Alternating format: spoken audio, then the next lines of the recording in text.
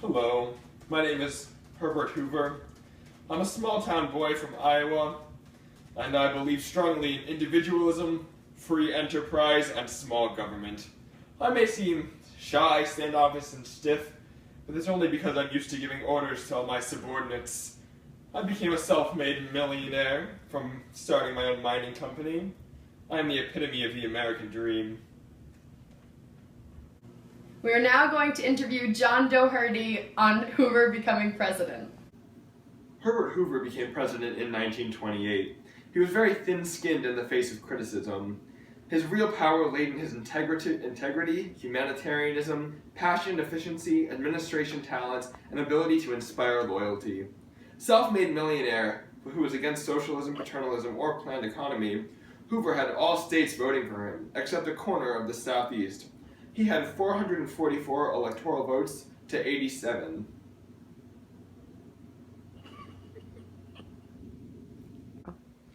I, Herbert Hoover, am a strong believer in prohibition. Made legal by the 18th Amendment, I consider it to be the noble experiment. I'm a firm believer that it will keep families together and lower crime. I have met with leaders in the newspaper, banking, and financial fields. I've urged all of them to discourage speculation. I believe it is up to the people to come back from this depression. The depression was caused by the misuse of credit, overproduction, decreased consumption, uneven distribution of wealth, the tariff that discouraged trade, a dust bowl. Black Tuesday is the name I give to the day the stock market crashed. America, we need to fix this. Liberalism is a force truly of the spirit, a force proceeding from the deep realization that economic freedom cannot be sacrificed if political freedom is to be preserved. An expansion of the government's role in the business world would cramp and cripple the mental and spiritual energies of our people! We hate you! You're the worst president ever! Oh my god, you suck! Stupid prohibition!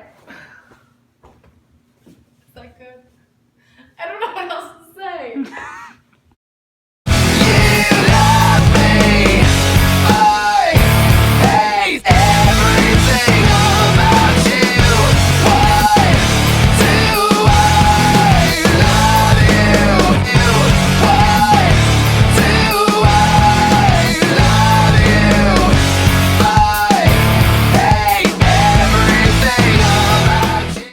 Hello, my name is Ernie McClellan, and I'm here talking about the Bonus Army. So the Bonus Army set up a Hooverville outside the White House, and were clamoring for the bonus they were promised from World War I. However, they were 15 years early, because they were supposed to get their bonus in 1945.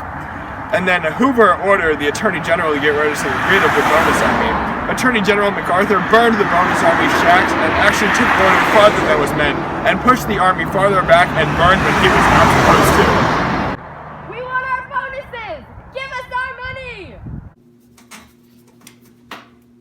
I just signed the act to set up the Agricultural Marketing Act, which in turn creates the Federal Farm Board.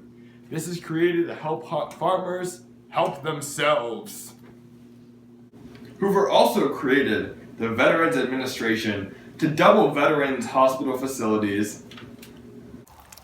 I created the Reconstruction Finance Corporation to provide relief to railroads, bank mortgage associations, and the like. People blamed me for not providing more direct help, and they thought I was only helping the rich. I established this corporation to make emergency loans, but many people thought that I was leaving the poor behind. The organization was considered the millionaire's dole because it seemed to those in need that only the rich and large corporations were getting the monetary kickback. John Doherty here with a fun fact for you. Hoover built dams. Like the Hoover Dam. Hoover re-ran for the presidency in 1932, but he lost against Franklin D. Roosevelt, who became the next president.